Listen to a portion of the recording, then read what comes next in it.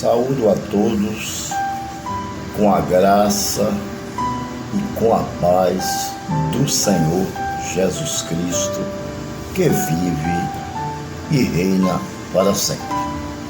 Em primeiro lugar, eu quero deixar o meu abraço, deixar a minha consideração a todos os meus amigos, a todos os meus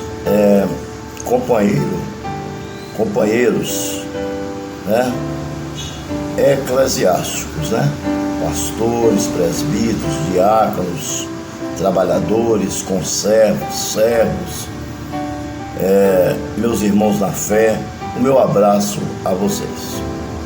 Agradecer a Deus por tudo que Ele tem feito em minha vida, né, porque Ele tem sido bom e a sua misericórdia dura para sempre. Pois bem, hoje nós vamos falar sobre um assunto de extrema importância para nossas vidas, que tem como tema: por que o mundo está como está? Isso é uma pergunta. Por que o mundo está como está? Amém?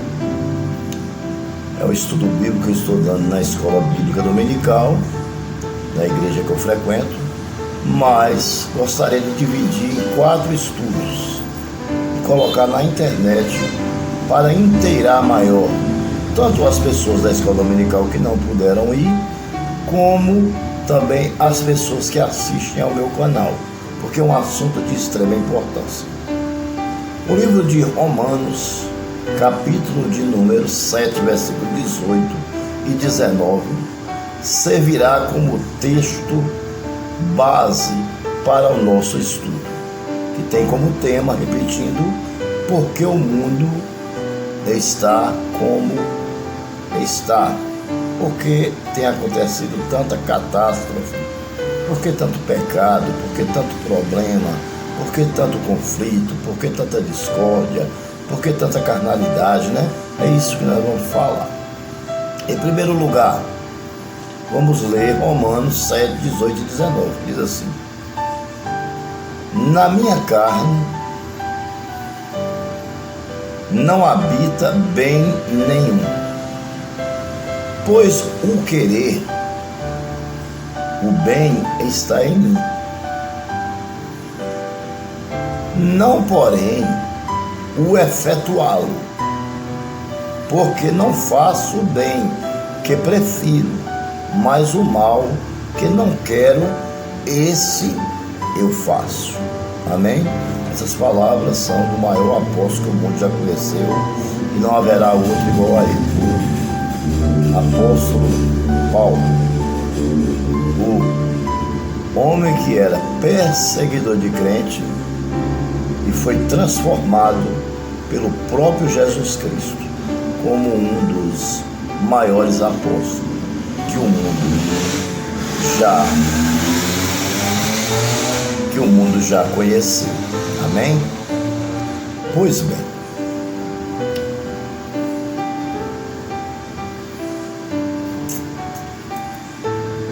veja só que coisa interessante esse tema, né? Porque o mundo está como está, meus amados irmãos, né?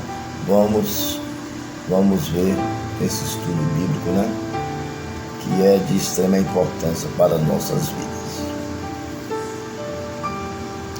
Ao observar o comportamento das pessoas citada no primeiro capítulo de Romanos, parece que estamos lendo as páginas de um jornal de nossa cidade. Por que a introdução fala sobre isso? Pelo simples fato, tudo que acontecia no Antigo Testamento, tudo que acontecia no Novo Testamento, na época de Jesus Cristo, logo quando Jesus chegou, tudo que aconteceu na época de Paulo, do apóstolo Paulo, na igreja primitiva, há 3, 4 mil anos atrás, 2 mil anos atrás, continua acontecendo hoje. Por isso que o autor diz. E quando lemos os primeiros capítulos, que é do 1 ao 7, do livro de Romanos, dá a impressão que nós estamos lendo uma página de jornal dos acontecimentos de hoje, porque tudo que acontecia naquela época acontece hoje, da mesma forma. Naquela época existiam seres humanos como nós, amém? Pessoas que agiam como nós. Naquele tempo só existia uma diferença em relação a hoje, em relação à tecnologia, né? O avanço tecnológico. O avanço tecnológico mudou bastante, né, o curso do mundo, mas não mudou o comportamento das pessoas, entendeu? A natureza dos homens da época de Paulo é a mesma de hoje, entendeu? É a natureza humana, é a natureza pecaminosa, é a natureza sujeita a pecar, sujeita a se prostituir, com o falar, com o olhar, com o agir, entendeu? Nós também somos capazes de fazer tudo isso, entendeu? Hoje está um pouco mais avançada, infelizmente, mais avançada. Como eu disse, com o avanço tecnológico, a prostituição hoje ela não é uma prostituição corpo a corpo, né? Ela se tornou uma prostituição onde uma pessoa está lá no Japão e você está no Brasil e você está pecando com ela através de uma videoconferência, através do WhatsApp, através do Facebook, através de vários canais de entretenimento, de vários canais da internet, através de várias redes sociais, né? Isso tem acontecido, infelizmente, em nossa época. Cabe a cada um de nós procurar resistir o diabo, que ele fugirá de nós. Por quê? Isso é coisa do diabo? Com certeza, o diabo ele está por trás disso. Apesar de que nós não podemos culpar o diabo por tudo que está acontecendo. Nós não podemos fazer isso, né? Mas o pecado, ele veio porque o princípio do pecado foi através do diabo. A serpente personificada em Satanás participou da primeira desobediência, logo do primeiro pecado e logo da queda de Adão. Então, o diabo tem a ver com o pecado, sim, mas não é tudo que é o diabo que faz, tem coisa que quem faz somos nós, amém? Aí, foi o diabo, então também não podemos colocar tudo a culpa do diabo, de jeito nenhum, mas nós devemos o quê? Resistir o mal, resistir à natureza pecaminosa, resistir às coisas do mundo. O mundo que eu digo aqui, o mundo de pecado, entendeu? O mundo, a potestade, né? A potestade, a escuridão. Não devemos viver na escuridão, devemos viver na luz, não devemos viver na noite, e sim, devemos viver no dia, porque o dia brilha, o dia significa Jesus Cristo que brilha, e a noite significa potestade, né? Coisas demoníacas, que é a escuridão, que são trevas, amém? Inclusive o livro de Tessalonicenses, né?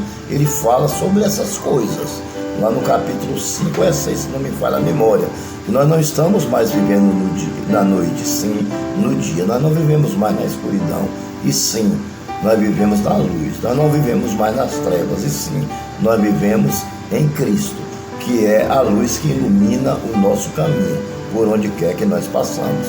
Ele está dentro de nós através do Consolador, através do Espírito Santo de Deus. Amém? Continuando.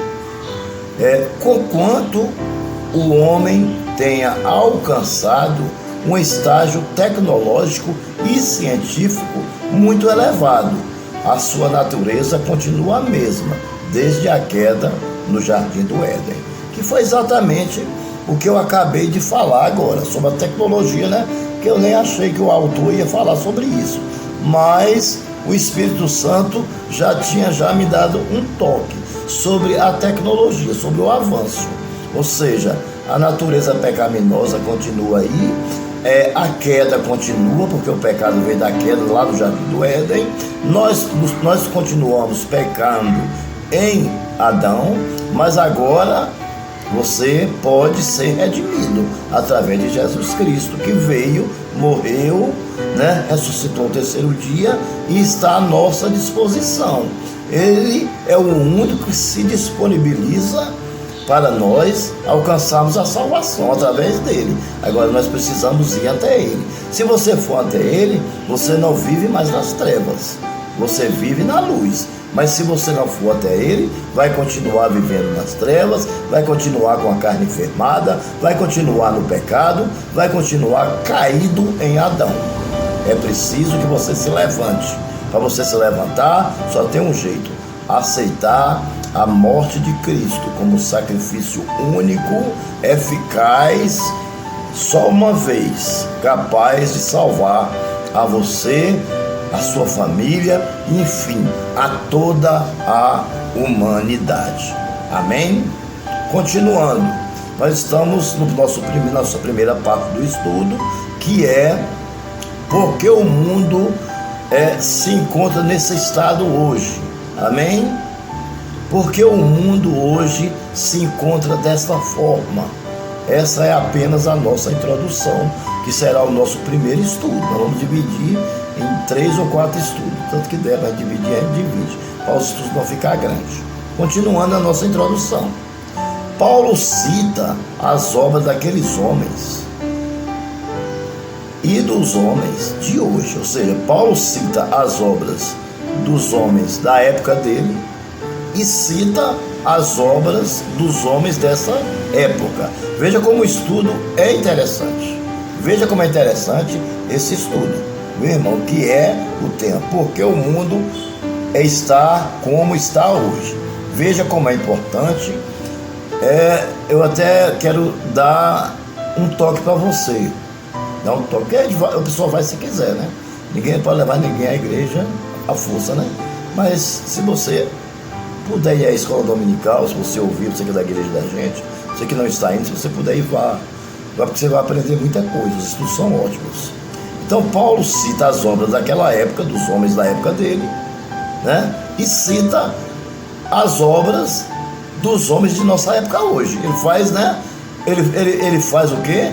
Uma comparação, você está entendendo? Para destacar a natureza pecaminosa de cada pessoa que ainda não conheceu a Jesus Cristo como Senhor e Salvador, entendeu? Ou seja, o homem que se encontra no mundo, ele não conhece a Cristo.